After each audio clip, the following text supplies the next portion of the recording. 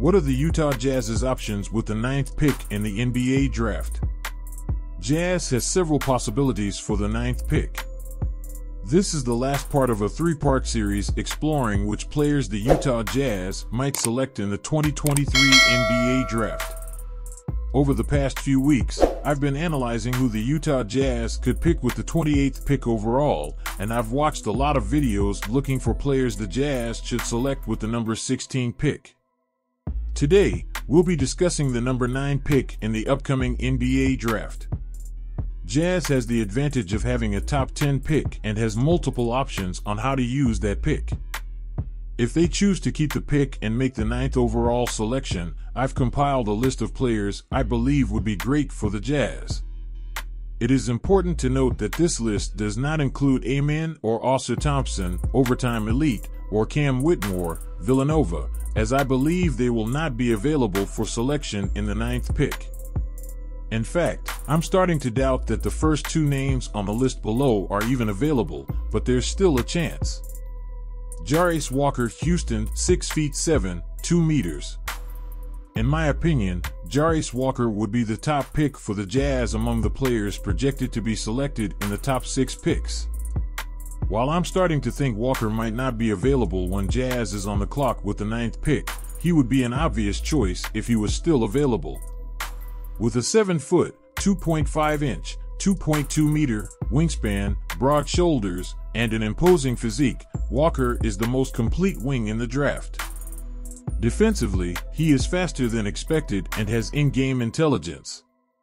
He fits perfectly into an intense defense setup, being agile and smart enough to mark both guards and perimeter players, in addition to having the strength to face players in the paint.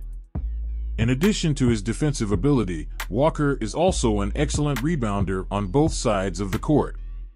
On offense, Walker always seems to be looking for the right play. He became an excellent passer, both in transitions and on the half court. He's efficient in pick-and-roll situations and isn't afraid to finish on contact, using his strength to score close to the basket. While he needs to improve his shooting, there has been steady improvement in that area, and he has made 34.7% of his 3-point shots in Houston, even as he averages a low 2.8 shots per game. Positional versatility is highly prized in today's NBA, and for a rebuilding team looking for versatile players, it's hard to find anyone better suited than Walker. In terms of pure basketball instincts and skills, I would put him right behind Victor Wembanyama and Scoot Henderson in this draft. Taylor Hendricks, UCF, 6'9", 2.1 meters. While I believe Walker is the best choice for the Jazz, Taylor Hendricks comes very close to him. I remember a Western Conference Board executive telling me in the combined draft in Chicago, the Thompson twins are going to be the best athletes in any room they walk into, unless Taylor Hendricks is in there too. Hendricks is 6 feet 8.5 inches, 2.04 meters, barefoot, with a wingspan of 7 feet 0.5 inches, 2.15 meters.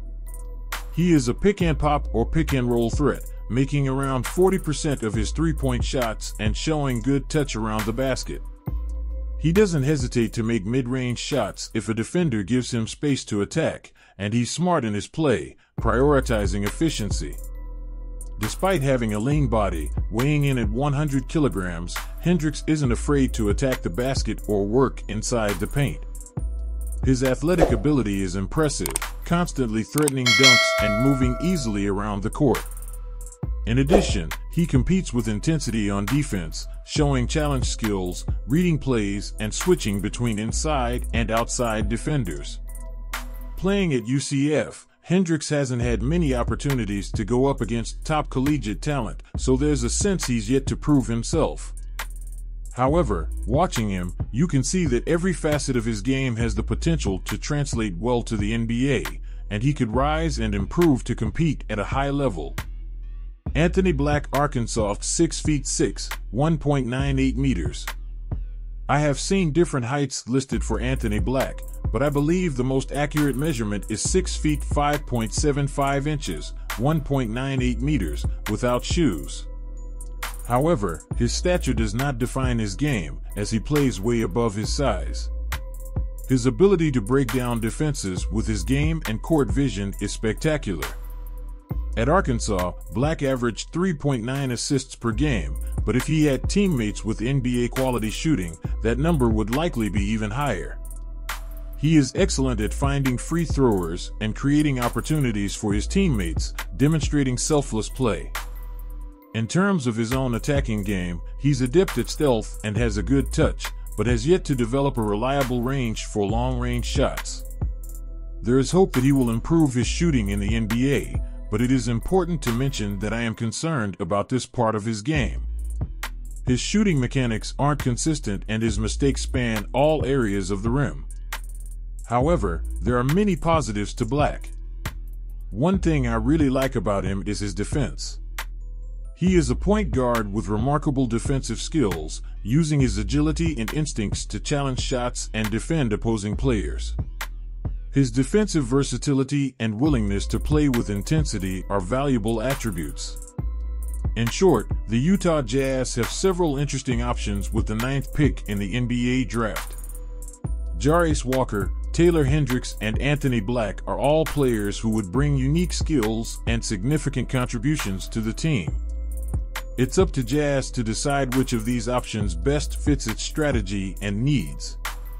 On the offensive front, Anthony Black is adept at getting close to defenders without committing fouls and is even good at drawing offensive fouls. When he's out of possession, he shows intelligence by waiting for the right moments to steal the ball or upset unsuspecting players. His smart plays often result in transition opportunities. While there are legitimate concerns about his shooting ability, Black is widely admired in the NBA due to the style of play he delivers early on. Leonard Miller of G League Ignite is a player who has been attracting increasing attention in scouting and executive circles. Although his draft ranking was initially slated for the second half of the first round, there is a growing possibility he will drop off the board before the Jazz pick at number 15. Some question whether he is worth a top 10 selection, but I believe he is. Yes. Miller is a versatile player who can play as a center but also has ball handling skills comparable to wingers. He is agile, knows his body well, and has shown growing confidence and comfort in facing competition in the G League. Miller can finish with both hands, jump higher than the others for easy lobs, and show intelligence by cutting towards the basket, dodging his markers, and using smooth touch and precision on his feet. While his shooting range is average, 32.7% three-pointers, his mechanics are good and he seems to be getting better at making decisions regarding his shots. In addition, Miller excels in small details, such as keeping the ball in the air for dunks. His height and wingspan often allow him to reach the basket in pick-and-roll situations without dribbling.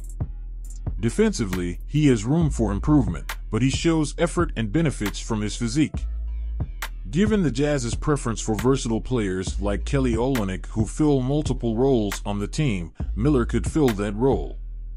Selecting him in the 9th position could be considered an ambitious pick, but I believe he has the potential to have a long and successful career in the NBA. Kentucky's Cason Wallace was previously mentioned as a player who could be available for the Jazz at the 16th pick. Although he is considered a top 10 talent, he seems to be slipping in the ratings of some teams. Two main concerns arise regarding Wallace. He had back spasms last season at Kentucky, which worries some teams due to his youth, and there are other players who are more athletic than him on the offensive front. However, his lack of offensive explosiveness shouldn't be a major concern, as his specialized talent lies in his defensive prowess. Wallace has been compared to Jrue Holiday recently, which is an apt comparison. He's a relentless defender and doesn't come up short in attack.